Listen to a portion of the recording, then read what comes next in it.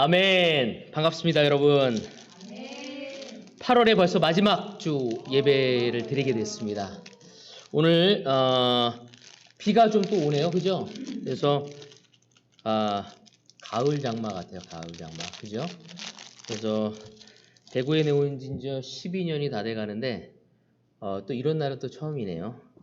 그래서 올 여름 진짜 비가 많이 와서 좀 덜 시원하긴 했지만 좀 비가 많이 오니까 좀 우울한 사람도 있을 것 같아가지고, 그렇지만 오늘 이 시간 하나님께 찬양과 영광을 돌리는 아주 귀한 예배를 드릴 수 있도록 합시다. 오늘 특별히 오늘 이 자리에 우리 김영진 자매가 성찬을 나눠줘서 너무 반가웠고 또 너무나 감사했습니다. 우리 영진이 아들 딸이 여기에 딱 앉아서 어른스럽게 우리 건호 이렇게 듬직하고 이렇게 어른스럽게 딱 조용히 앉아서 예배를 드리는 모습을 보니 어른들이 도전을 받아야 하지 않을까 생각일 정도입니다. 또 오늘 자매들 예배이기 때문에 자매들이 함께 해서 너무 기분이 좋고요. 다시 한번 여러분 만나서 너무 반갑다고 말씀을 드리고 싶습니다.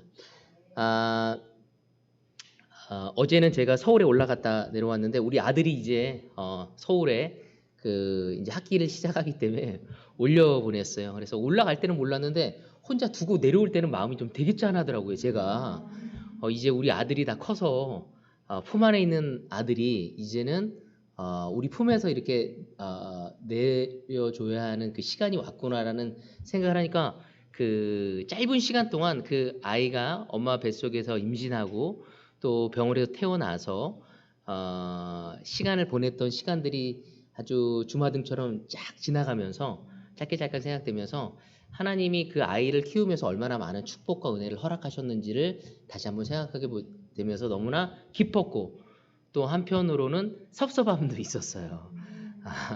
그렇지만 진짜 우리가 아이를 키운다는 것은 진짜 너무나 큰 은혜인가 라는 생각을 하게 됩니다.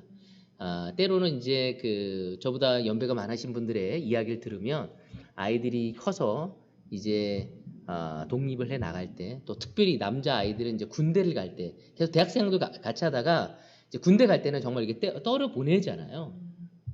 그때는 정말 아이를 그 군부대 두고 올 때 이렇게 눈시울이 뜨겁다는 얘기를 했는데 제가 어제 그런 경험을 좀 했어요.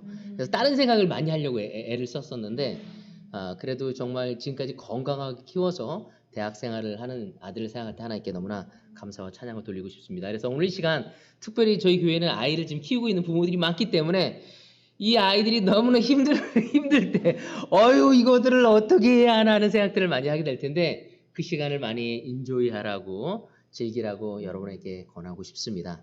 오늘 특별히 우리 영진 자매가 아이들을 어떻게 키우고 있는지 어머니 아버지에게 배운 그 마음 때문에 최선을 다하고 있다는 얘기를 들으면서 또 너무나 큰 감동이었습니다. 아멘. 오늘 그런 마음을 가지고 제가 오늘 여러분과 나누고 싶은 말씀은요, 그리스도인 존재의 본질은 무엇인가? 우리는 그리스도인, 크리스찬이라고 이야기를 많이 하고 있습니다. 여러분, 우리의 본질을 잘 이해하지 못할 때 우리는 그 삶을 바르게 살아갈 수 없게 됩니다. 요즘에 저는 그런 생각을 많이 하고 있습니다. 제 아내가 요즘에 제가 세계 기독교사 공부를 하다 보니까 좀 그 얘기 좀 그만 좀 하라고 나한테 조언을 좀 많이 줬는데 오늘 안 할 수가 없어서 좀 하고 가고 싶은데 초대교회 예수님이 이 땅에 내려오시고 나서 제자들의 12명의 제자들과 남은 그 120명의 제자들이 함께 오순절날 밖에 나가서 복음을 전하고 그리고 수많은 사람들이 세례를 받고 정말 이제 그때부터 이제 교회가 이루어지기 시작하거든요.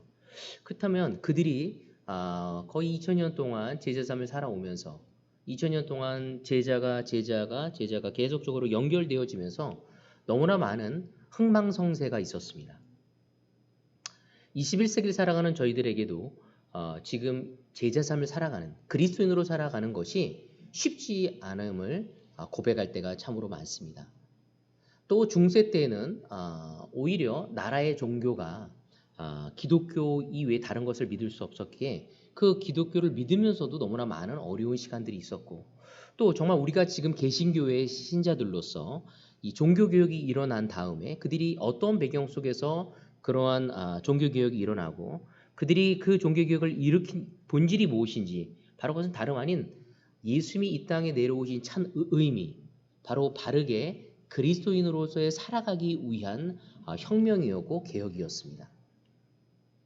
우리 또한 우리의 삶을 마음대로 살아가다가 나름대로 삶을 추구하다가 예수 그리스도를 만나게 되었고, 그리고 우리의 것을 내려놓고 그분을 따라가기로 결정하고 우리는 제자의 삶, 이 그리스도인 삶을 살아가고 있습니다. 그렇다면 여러분, 우리는 우리의 본질이 무엇인지를 알고 있습니까? 그리고 그 본질의 삶을 놓치지 않고 우리의 삶을 걸어가고 있습니까? 하나님의 백성들은 믿음과 신앙이 자라나야 한다고 성경은 우리에게 이야기하고 있습니다. 끊임없이 성경에 있는 수많은 믿음의 선배들이 우리에게 이야기하는 것은 우리의 믿음과 또 우리의 사랑이 계속적으로 자라나고 성장해야 하는 것을 강조하고 있고, 하나님은 그것을 계속적으로 우리에게 지켜보시며 응원하고 있고, 또한 우리가 그렇게 되어지기를 기도하고 있습니다. 여러분, 아기가 엄마의 뱃속에서 나와서 세상에 태어나면요 자연스럽게 성장하는 것입니다. 요 며칠 전에도 우리 준호가 생일이어서요, 우리 주용이하고 혜연이가 집을 오픈해줘서 거기에서 감사하게도 우리가 축하를 하게 되었습니다. 맛있는 음식도 먹고 또 감사의 나눔을 나누면서 너무 좋았습니다. 근데 들어가자마자 우리 그 주희가 딱 보이더라고. 주희가 막 누워가지고 발길질, 손길질을 하면서 막 있는데 너무너무 귀여웠어요, 사실은.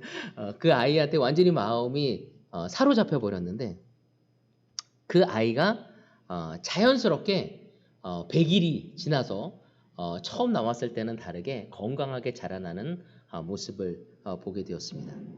여러분, 아이는 엄마 뱃속에 나와서 자연적으로 자라나게 되지만 우리 그리스도인들은, 바로 하나님의 자녀들은 하나님의 말씀을 통해서 자라나야 한다고 성경은 우리에게 이야기를 하고 있습니다. 그래서 궁극적으로 그 아이가 계속 자라듯이 우리 또한 믿음과 우리의 신앙이, 우리의 사랑이 자라나서 성숙해져야 할 것을 이야기하고 있습니다. 그러기 위해서 우리는 지난 주일에 말씀을 한 것이 뭐냐면 우리 성숙함에 대해서 이야기하지 않았습니까? 두 가지 포인트로 이야기를 했죠. 첫 번째가 뭐였죠? 하나님이 원치 않은 것을 버려야 한다고 얘기했습니다. 그리고 또 하나 뭐였죠? 가물가물하죠. 수개월이 지난 것 같은데. 그 다음에 뭐냐면 하나님이 원하는 것을 우리가 취할 수 있어야 한다. 다시 말해서 하나님의 말씀을 사모할 수 있는, 그리워함을 가져갈 수 있는 우리가 되어질 때 우리는 성숙되어질 수 있다고 이야기했습니다. 하나님이 기뻐하지 않는 것을 멀리하고 하나님이 기뻐하는 것을 사모하는 우리 대구 그리스도교의 제자가 되어야 함을 여러분과 이야기를 나눴습니다. 무엇보다 하나님의 말씀을 가까이 하고 그 말씀을 그리워하고 성숙한 그리스도인으로 하나님이 기뻐하시는 어떤 기대에 미칠 수 있는 우리가 되어날 수 있도록 소망하고 우리는 자라나야 한다는 이야기를 여러분과 이야기를 나눴습니다. 베드로는 이 베드로 전서를 통해서 어려움을 당하고 있는 그들에게 그들이 그리스도인으로서의 정말 이렇게 성숙함이 무엇인지를 이야기했고, 오늘 이 시간은 우리가 그리스도인으로서의 본질이 무엇인지, 어떻게 보면 우리의 정체성이 무엇인지를 다시 한번 그들에게 상기시키려고 하고 있습니다. 어느 때 그것을 상기시키려고 하냐면 그들이 어려울 때 상기시키려고 하고 있다는 것입니다.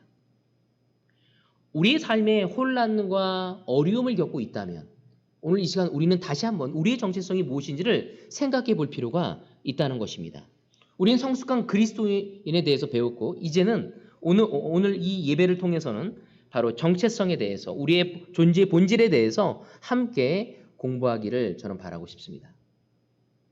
사도 베드로는 우리의 믿음의, 신앙의 성숙에 대한 중요성을 더불어서 우리 진정한 그리스도인의 정체성에 대한 것 또한 아주 중요하게 다루고 있음을 우리는 이 베드로 전서를 통해서 볼 수 있습니다. 많은 사람들이, 이 시대를 살아가고 있는 현대인들이 인생을 살아가면서 가장 힘들어하는 것 중에 하나가 무엇인지 아십니까? 자신의 정체성을 확립하는 것입니다. 자신의 정체성이 무엇인지 모르죠. 중년의 위기가 왜 생길까요? 자기의 정체성에 대한 혼란을 겪게 될 때 오게 되어집니다. 사춘기가 왜 올까요? 그들의 정체성에 대한 혼란을 겪기 시작하는 것입니다.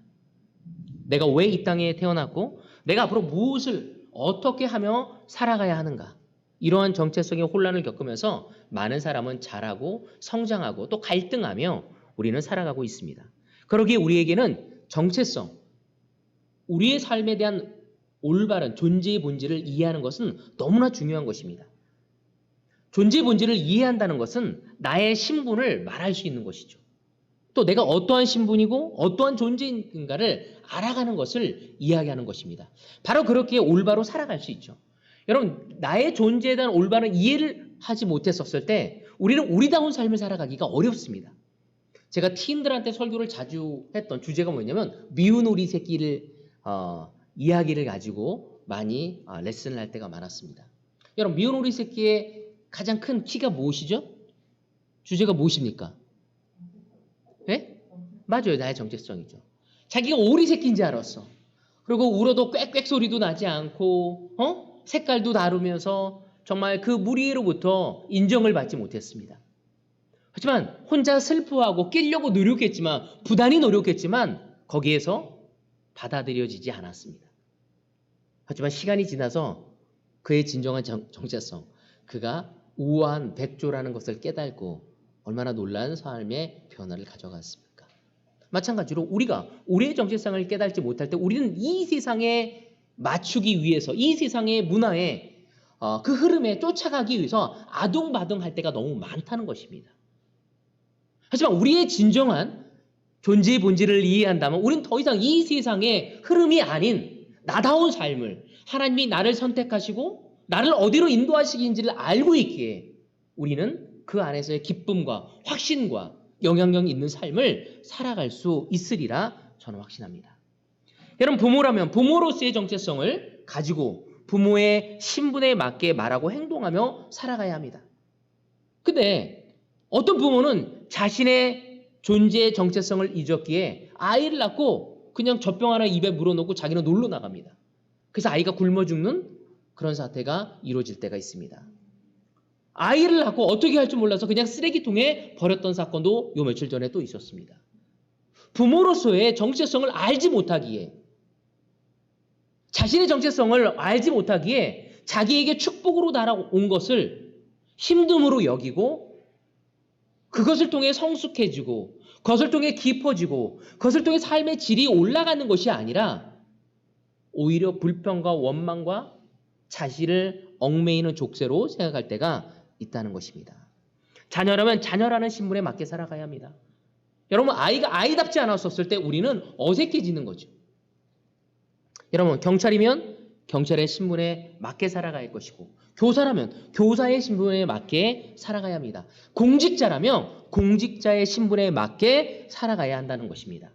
우리가 매일 뉴스에서 보는 온갖 비리와 관련된 그 사건들을 보면 대부분 자신의 정체성을 깨닫지 못하고 자신의 신분에 맞지 못한 깨끗한 삶을 살았기에 그들은 공공연하게 이 미디어에 올라와서 비판을 받고 지탄을 받는 모습을 보게 되어집니다. 여러분, 공직자라면 공직자의 신분에 맞게 깨끗하게 청렴하게 살아가야 하죠. 그러지 못하면 뇌물을 받고 청탁을 받아서 비리를 저지르게 되고 결국 문제가 되어집니다. 어제 잠시 그 TV에서도 그것이 알고 싶다 끝부분을 봤는데 너무 좀 마음이 아팠어요. 정치인이 어떤 가짜, 정말 이렇게 그 어부인데 배가 한 20몇 척을 가지고 있는 어부라고 해서 모든 정치인들이 그의 로비를 받으면서 언론인들, 정치인들 참 너무나 안타까웠습니다. 그리고 그들이 인터뷰 끝에 얼굴과 이름은 나오지 않았지만 당신은 선물을 받지 않습니까? 오히려 반문하면서 오히려 그 질문을 한 사람을 비난하는 모습들을 보면서 참 너무나 안타깝다는 생각을 하게 되었습니다. 여러분, 또한 우리나라는 진짜 안타까운 게 뭐냐면 대통령이 대통령의 신분을 받지 않고 엉뚱한 일을 해서 국정농단을 한 사건도 있었습니다. 이만큼 우리는 우리의 신분에 맞는 우리가 누구인지를 몰라서 어려움을 겪는 사건들을 많이 보게 됩니다. 오늘 웰컴을 했던 우리 이승희 자매도 지금 전 세계는 아프가니스탄 때문에 너무나 많은 어려움을 겪고 있고 가슴 아파하고 있습니다. 저도 제일 아팠던 게 뭐냐면 대통령이 도망갔다는 거죠. 나라를 위해 싸워줘야 했던 그 대통령의 신분과 그의 존재의 의미를 알지 못하고 그는 수많은 돈을 챙겨서 돈다발을 흘려가며 도망갔다는 그 이야기, 그 기사를 보면서 저는 가슴이 아팠습니다. 여러분 오늘 이 시간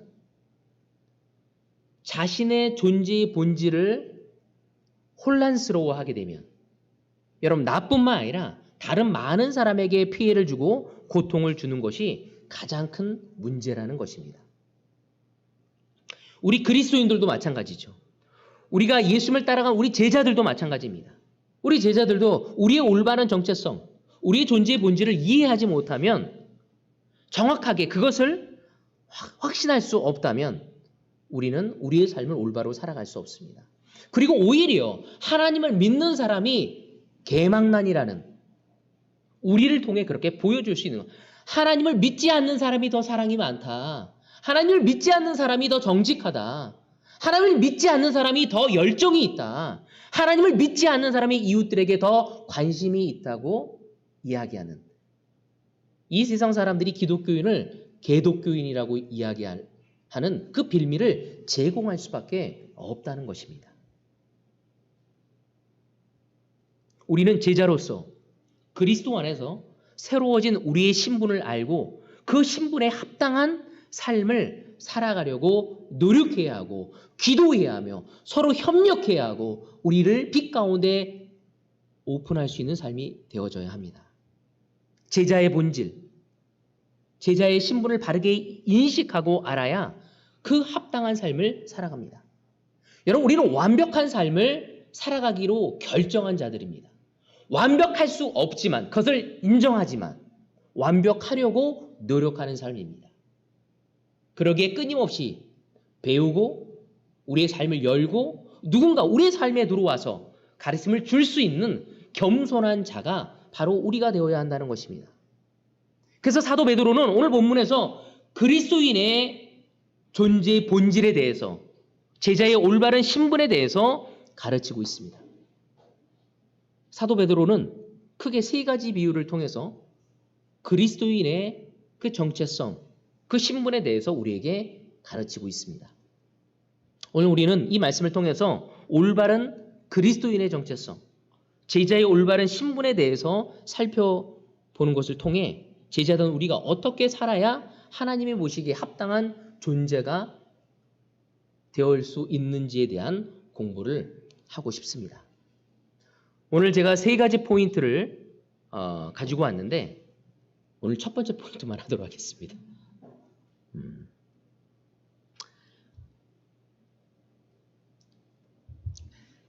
세 포인트를 다 하려고 했더니 너무 말이 빨라질 것 같아요. 제가 생각해 보니까 지금.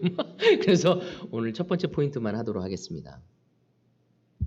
오늘 저희 첫 번째 포인트는 제자는 하나님 앞에 살아있는 귀한 돌입니다. 우리는 귀한 돌이라는 거죠. 어렸을 때 돌이라는 얘기를 들으면 굉장히 기분이 나빴는데 이 돌머리 그럴 때 얼마나 사실 기분이 나쁘십니까? 근데 제자는 귀한 돌이라는 이야기가 저에겐 굉장히 큰 격려가 되었어요. 우리 같이 말씀을 보도록 하겠습니다. 베드로전서 2장 4절입니다. 주님께 나아오십시오. 그는 사람에게는 버림을 받으셨으나 하나님께서는 택하심을 받은 살아있는 귀한 돌입니다. 여러분 성경은 베드로는 우리에게 뭐라고 얘기했는지 예수님이 택하심을 입은 귀한 돌이라고 우리에게 가르치고 있습니다. 하나님의 아들 그 예수님이 이 땅에 내려오셨을 때 아주 살아있는 귀한 돌로서 내려오셨다고 얘기하고 있죠. 자, 5절도 같이 보도록 하겠습니다. 살아있는 돌과 같은 존재로서 여러분도 집 짓는데 사용되어 신령한 집이 됩니다. 그래서 여러분은 예수 그리스도로 말미암아 하나님께서 기쁘게 받으실 신령한 제사를 드리는 거룩한 제사장이 되십니다. 아멘. 여러분, 살아있는 돌과 같은 존재로서 여러분도 집 짓는 데 사용되어 신령한 집이 된다고 우리에게 이야기하고 있습니다. 바로 우리 제자들을 가리켜 뭐라고 하냐면 예수님과 같은 살아있는 돌이라고 말하고 있습니다. 여러분, 돌이 하는 역할이 무엇입니까? 뭐죠? 돌이 하는 역할이 뭐예요? 돌은 건물을 짓고 집을 짓는데 사용되어집니다. 일종의 어떻게 보면 벽돌이라고 얘기할 수 있죠. 여러분 5절에 보면은요, 이 살아있는 돌로 인해서 신령한 집이 세워진다고 이야기하고 있습니다. 예수님이 귀한 돌이 되셨기에 예수님으로 인해서 건물이 지어지고 우리 역시 예수님을 따라서 신령한 집을 함께 지을 수 있다고 이야기하고 있습니다. 여러분, 예수님과 우리가 지을 수 있는 대표적인 건물이 무엇일까요? 교회입니다. 교회. 바로 그 신령한 집은 5절에서 얘기하는 그 신령한 집은 바로 교회라고 얘기하고 있습니다. 그래서 우리가 바로 예수님의 몸된 교회로서 존재되어짐을 사도 베드로는 이야기하고 있죠. 바로 우리가 돌로서 그 역할이 무엇인지, 우리의 정체성의 하나가 무엇인지, 우리의 존재의 본질이 무엇인지, 우리가 살아있는 돌로서 그 신령한 집을 짓는데 우리가 사용되어져야 함을 성경은 이야기하고 있는 것입니다. 6절도 같이 보도록 하겠습니다. 성경에 이런 말씀이 있습니다. 보아라, 내가 곤란한 귀한 모퉁이 돌 하나를 시온에 둔다. 그를 믿는 사람은 결코 부끄러움을 당하지 않을 것이다. 여기서 보면요, 예수님을 귀한 모퉁이 돌이 되신다고 선포하고 있습니다. 세상 사람들은 그 돌을 쓸모없게 생각했지만 하나님은 그 건물을 짓는데, 그 교회를 세우는데 그 모퉁이 돌을 아주 귀한 돌로 사용하셨다고 이야기를 하고 있습니다. 모퉁이 돌은 건물을 지을 때 가장 중요한 기초입니다. 그리고 기준이 되는 돌이 바로 이 모퉁이 돌이라고 이야기하고 있습니다. 이 모퉁이 돌을 맨 처음에 놓아두면 모든 모퉁이 돌이 건물 모든 돌들의 기초가 되고, 그 모퉁이 돌을 기준으로 해서 다른 돌들이 올라가게 되는 것입니다. 이 교회를 세우는 데 있어서 가장 기초가 바로 예수님이라고 얘기하고 있는 거죠. 그 교회를 짓는 가장 초석으로서 바로 예수님이 사용되어지고, 그 다음에 우리 각 사람 한 사람이 그 살아있는 돌들이 되어서 함께 연결되어져 건물이 올라간다고 이야기하고 있습니다. 그 모퉁이 돌을 빼버리면, 저기 그림에도 나오지만 그 모퉁이 돌을 빼버리면 어떻게 될까요? 건물은 허물어져 버릴 수밖에 없는 것입니다. 그래서 이 모퉁이 돌은 너무나 중요한 것이죠. 그래서 이 돌 없이는 돌들이 올바로 쌓아질 수 없는 것입니다. 이 교회의 가장 중요한 본질이 무엇인지 바로 예수님이라는 거죠. 내가 아니라, 너가 아니라 바로 예수님이 되어야 함을 바로 사도 베드로는 우리에게 이야기하고 있습니다. 바로 성경의 또 다른 표현을 빌리자면 다시 일종의 반석 같은 것이죠. 이 모퉁이 돌은 반석의 역할을 하게 되는 것입니다. 바로 예수님이 교회의 반석이며 모퉁이 돌이 되셨고 교회의 기초가 되시고 근원이 되셨다는 것을 우리에게 이야기하고 있습니다. 여러분, 우리의 정체성 바로 살아있는 돌로서 그 모퉁이 돌과 함께 연결되어져 그 건물을 이루어가야 함을 이야기하고 있는 것입니다. 우리 그리스도인들은 교회의 기초와 근원이 되시는 그 예수님을 의지해야 한다는 거죠. 그 모퉁이 돌이 빠져버리면 무너져 버리는 것처럼 우리의 기본적인 삶이 그 돌로서 우리가 해야 할 것이 그분을 의지해야 한다는 거죠. 그 위에다 한 명 한 명이 바로 교회의 지체가 되고 교회의 몸이 되어 교회가 완성되어진다고 이야기를 하고 있죠. 그 한 명 한 명이 모두 그 교회를 건축하는 돌과 같은 중요한 존재들이라는 것입니다. 그래서 우리 옆 사람을 살펴보았을 때, 우리 형제자매들을 바라보았을 때 얼마나 귀한 존재인지를 우리는 알아야 합니다. 여러분 건물을 짓다 보면요. 큰 돌도 필요하고요. 작은 돌도 필요하고요. 조금 뾰족한 돌도 필요하고요. 뭉퉁한 돌도 필요하고요. 좀 둥근 돌도 필요합니다.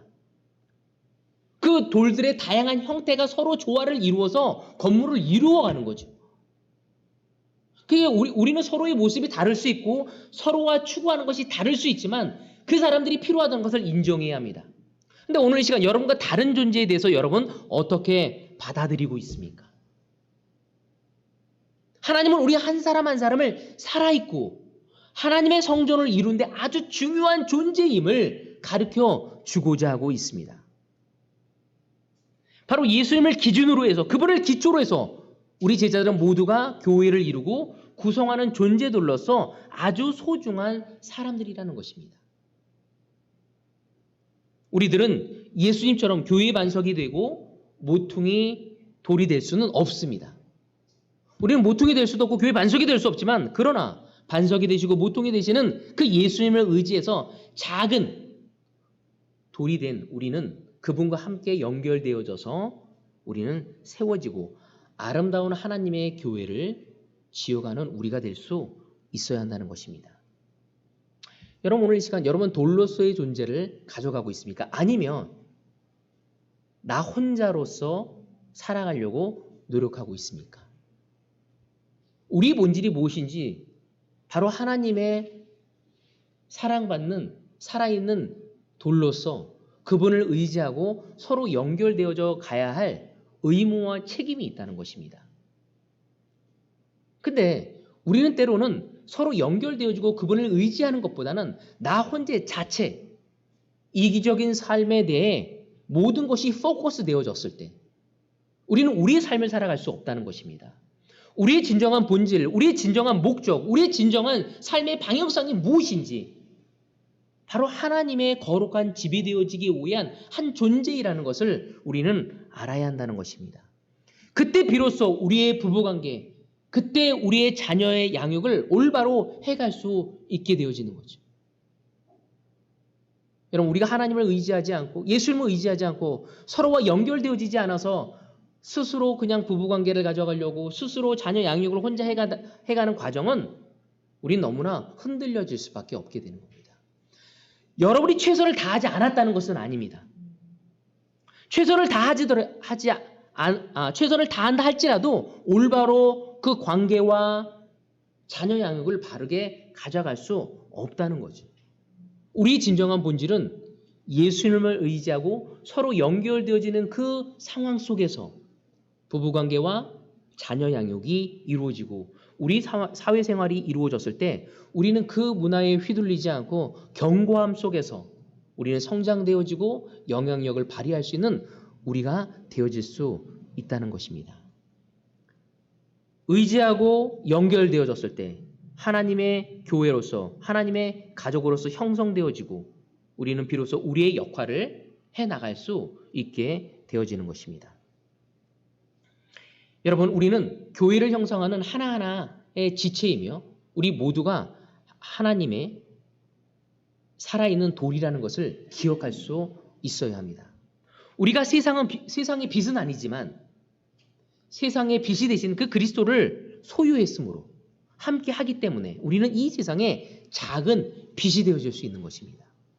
스스로 빛을 낼 수는 없지만 그분과 함께 걸어감을 통해 그 빛을 전달받아서 반사하는 것을 통해 우리는 이 세상에 작은 빛이 되어질 수 있는 것입니다. 마찬가지로 우리가 그 반석은 아니지만 이 반석을 의지하고 세워져서 하나님의 집인 교회를 만들어가는 하나의 지체가 되어지는 것입니다. 우리는 이 산돌 되시는 예수님 때문에 구원을 받았고 이 반석 때문에 예수님 때문에 바로 우리는 교회의 한 지체가 되어진 것입니다. 그냥 우리의 노력과 우리의 힘으로 우리의 재능으로 이루어진 것이 아니라 그분의 은혜로 되어진 거죠. 때로는 저는 그런 생각합니다.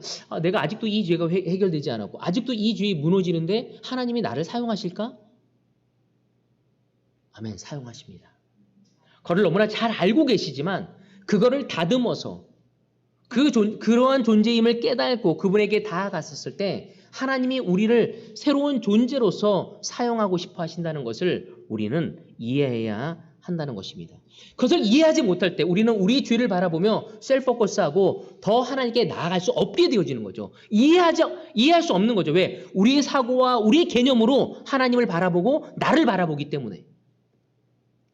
하지만 하나님의 관점으로 사도 베드로는 이 형제 자매들에게 그것을 알려주고 싶어 했습니다. 그들의 삶이 너무나 혼탁했었고 그들의 삶이 너무나 어려웠고 그들의 삶에 그 어떤 것도 올바로 되어지지 않는 가운데 그들의 정체성을 세워줘서 그들의 삶이 완벽하지 않는다 할지라도 너희들이 내 안에 있는 것만으로도 너희들을 사용하실 거고 움직이실 것이고 하나님의 사명에 맞게끔 하나님이 놀랍게 우리를 인도하실 거라는 것을 이야기하고 싶어 하신 것입니다. 하지만 우리가 그것을 이해하지 못했을 때 우리는 산 놀로서의 역할이 아닌 스스로 완벽해지려고 예수님과의 관계가 멀어지고 서로의 관계를 연결되어지기보다는 독립적인 삶의 형태를 되어지면서 우리의 삶이 하나님의 뜻이 아닌 세상에 노출되어지면서 우리가 변질되어질 수밖에 없다는 것입니다. 우리가 돌이 되었다는 것은 어떤 의미인지 바로 거룩한 성전이 되어져 가는 것이고 거룩한 성전의 한 부분이라는 것입니다. 그러므로 마땅히 우리는 거룩해져 가야 합니다. 여러분 제가 거룩에 대한 개념을 이야기하지 않았습니까? 거룩이 뭐라고 했죠? 맞아요. 구별돼요. 어떻게? 완벽한 삶을 통해서 구별된 게 아니라 하나님이 거룩하신 건 우리를 온 마음으로 사랑했기 때문에 우리 또한 그분을 사랑하는 삶을 통해 우리가 거룩해지는 거죠. 여러분 예를 들어서 누구로 예를 잡을까요? 아니 씨가 앞에 있으니까 아니 씨 앞에. 아니 씨와 아니 씨의 남편 우리 상호 형제가 서로 결혼하기 전에 서로에 대한 포커스하는 마음이 크지 않았습니까?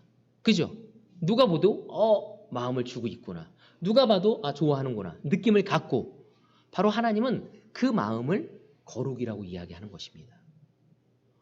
우리가 누군가를 좋아하게 되면 티가 나잖아요. 누구를 좋아하면 티가 나지 않습니까? 혜연이가 주영이를 항상 오래 있다가 어느 순간에 좋아하는 마음이 생겼어요. 주영이 형제를. 그죠? 그 전에는 잘 좋아하지 않다가 어느 순간에 눈에 딱 들어왔어. 그때 혜연이가 지금 남편인 주영 형제를 좋아하게 되었었을 때 누가 봐도 티가 났을까요? 안 났을까요? 누가 났어요. 왜 났을까요? 티 내려고 했어요? 안 나요. 저 아니에요. 막 이렇게 해야 되려도 티가 났어. 왜? 좋아하면은 티가 나거든요. 왜? 나의 눈, 나의 마음, 나의 신경, 그 모든 것이 나도 모르게 가 있거든요. 나는 여기서 무엇을 하고 있는데 내가 좋아하는 사람이 저기서 뭘 하면은 그게 다 거기에 눈길이 가 있어. 뭘 하고 있는지, 어떻게 하고 있는지 모든 신경이 거기 갈 수밖에 없게 되거든요. 여러분 하나님은 우리가 그러한 관계, 그러한 사랑, 그러한 것을 거룩이라고 이야기를 하고 있습니다. 우리가 그러한 삶을 살아가기를 원하시는 거죠. 또 우리는 다른 도들과 유기적인 관계를 잊지 말아야 한다는 것입니다. 우리 승혜 자매의 다른 돌은 누가 있을까요? 맞아요. 옆에 있는 조성아 자매가 될 수 있죠. 옆에 있는 강세희 형제가 될 수 있습니다. 우리는 그리스도인의 삶은 다른 돌들과의 유기적인 관계를 갖지 않고는 우리는 제자라고 얘기할 수 없습니다. 지금 코로나로 인해서 우리의 본질이 흔들리고 있죠. 왜? 우리는 화면으로 예배를 드리기 때문입니다. 그럼에도 불구하고 우리는 계속적으로 다른 방법을 통해 우리는 관계와 교제의 끈을 가져갈 수 있어야 하는 것입니다. 한편으로는 이 코로나가 더 멀리 있는 사람들과 가까워지게 만든 거죠. 지난주에 금요일 날이죠. 금요일 날에 저와 제 아내는 몽고에서 교회를 섬기고 있는 우리 정호 형제와 또 우리 은정 자매를 같이 만났습니다. 그들이 코로나가 너무 심해져서 오게 됐어요. 그래서 이번 9월 9일 날 다시 돌아간다고 합니다. 제가 이야기를 들으면서 마음이 참 아팠고 또 너무 큰 격려와 감동을 받았습니다. 우리 예전에 그 몽고에서 동영상을 겨울에 찍어서 온 게 있거든요. 그때 동상 걸릴 뻔했대. 왜냐면 핸드폰이요, 그 찍는데 1분만 되면 스떡이 돼. 그냥 그 멈춰져 버려, 꺼져 버리는 거야. 너무 추워서. 영하 40도니까. 그러니까 거기서 밖에서 한 30분 숨 쉬고 막 하면 여기가 다 고드름이 생긴다고 하더라고. 얘기만 듣고 너무 놀랐어. 처음에 가서 미션팀에 처음에 가갖고 함께 하는데 1년 동안은 너무 공기가 탁하고 그 울란바토르 그 바로 앞에 석탄 공장이 있대요. 그 중앙남방이라서 거기 석탄을 떼나 봐. 그러니까 그 시내가 어떻겠어요? 뿌옇잖아요. 그러니까 거기서 계속적으로 숨을 쉬고 하니까 저녁마다 자고 이러면서 피를 토한대. 너무 건조하고 공기가 좋지 않으니까. 너무 아팠다고 하더라고요. 1년 동안. 그리고 이제는 좀 적응이 면역력이 생겨서 저희 거기에서 이제 벌써 3년 반 동안 거기서 생활을 하고 있지 않습니까? 제가 그 이야기를 들으면서 그럼에도 불구하고 그 몽고 사람들을 너무나 사랑하는 모습을 보면서 너무 감동을 받았습니다. 근데 거기에서 놀라운 제자 삶을 살아가고 있는 그 커플이 우리와 연결되어져서 함께 마음을 나누고 믿음을 나누기에, 때로는 우리가 전 세계에 있는 모든 목회자들이 함께 모여서 마음을 나누고 함께 하기에 우리는 서로 격려하고 위로하고 연결되어져서 갈 수 있게 되어지는 것입니다. 대국교회가 서울교회와 연결되어 있죠. 우리는 대국교회 혼자 자체 교회가 아니라 부산교회도 우리 교회고 분당교회도 우리 교회고 일산교회도 우리 교회고 우리는 서로 하나 연합되어져 있는 교회입니다. 그래서 그냥 제가 원래 서울에서 인도하다가 이곳에 내려오지 않았습니까? 왜? 우리의 유기적인 관계가 있기 때문이죠. 제가 이곳에 왔을 때 여기 있는 분들이 저를 인터뷰하지 않았거든요. 지금 김성경 형제가 부산에서 섬기고 있는데 부산에서 김성경 형제를 인터뷰하지 않았어요. 그냥 대한민국에 있는 목회자 그룹을 신뢰하기 때문에 연결되어져 있기 때문에 어느 목회자가 내려가더라도 어떤 사람이 내려가도 신뢰하고 함께 해가고 있습니다. 바로 그것이 우리가 연결되어져 있고 유기적인 관계를 통해 서로에게 힘과 용기와 힘이 되어지는 것이 교회라는 것입니다. 여러분 오늘 시간 연결되어져 있습니까? 아니면 독립되어져 있습니까?